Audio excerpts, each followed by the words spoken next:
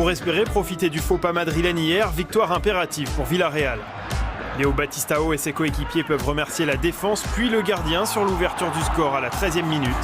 Un quart d'heure plus tard, Castillero profite à son tour des largesses de la défense. La partie semble déjà pliée, 2-0.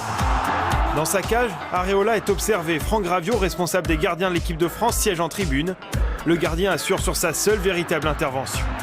Adrian, déjà passeur, inscrit le 3e but et Villarreal, 4e de Liga, se rapproche à 2 points du Real Madrid.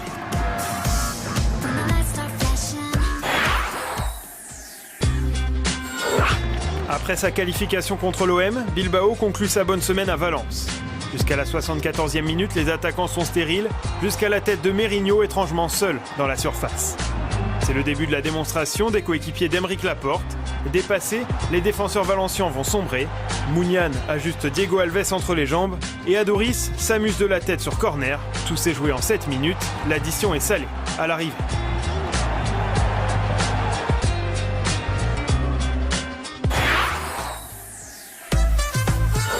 Souvent friable loin de ses bases, Grenade s'impose aussi à l'extérieur ce week-end. Le seul but du match est inscrit sur pénalty par Youssef El Arabi après une faute de Juan Fran. Lanterne rouge depuis la dernière journée, les Andalous se relancent dans la course au maintien grâce à la 7e réalisation de l'ancien Canet cette saison. Duel de milieu de tableau entre la Real Sociedad et Malaga. Vainqueurs de leurs 4 derniers matchs, les Basques se font surprendre à l'heure de jeu sur cette ouverture à destination de Rosales qui centre pour Doudje Kopp. En position de hors-jeu, Aguirreche, de retour après 2 mois d'absence, égalise d'une reprise de volée. San Sebastián accroche un match nul qui freine sa remontée au classement. Sans Didier Digard, resté sur le banc, le Betis démarre fort. Rubén Castro s'affirme dans la surface dès la 14e minute de jeu avant de placer un nouveau coup de tête sur corner. À la mi-temps, Séville mène 2-0. En deuxième période, on inverse les rôles.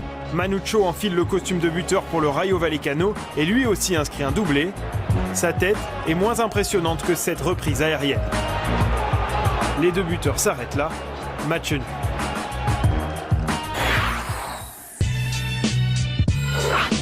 C'est le genre de match où tout va vite d'un côté comme de l'autre. À la maison, Riron ouvre le score après 20 minutes de jeu grâce à Carlo Castro à la récupération d'un ballon mal négocié. À base de feintes de frappe multiples et de contre-attaques saignantes, l'Espagnol revient vite dans la partie. Bargui puis Gérard Moreno marquent coup sur coup pour permettre aux visiteurs de mener 3-1 à une demi-heure de la fin. Carlos Castro score de nouveau pour relancer la partie, mais après avoir touché la barre 2 fois, Riron se fait prendre en contre à la 80e minute. Le match est plié lorsque Luis Hernandez marque contre son camp.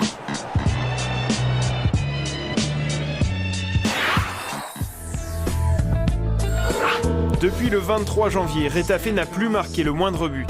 Le Celta Vigo, privé de Claudio Bovu, a profité de cette carence pour l'emporter. 9e but de la saison pour Manuel Nolito. 6e défaite d'affilée pour le Français Abdoul Yoda et ses coéquipiers. Vendredi soir, Las Palmas est allé gagner sous la pluie à Eibar. Un but juste avant la pause du défenseur Pedro Bigas freine encore un peu plus les objectifs européens des Basques qui n'y arrivent plus. 4 défaites en 5 matchs. Pour les joueurs de Las Palmas, la bonne nouvelle de la soirée, c'est qu'ils ne sont plus relégables.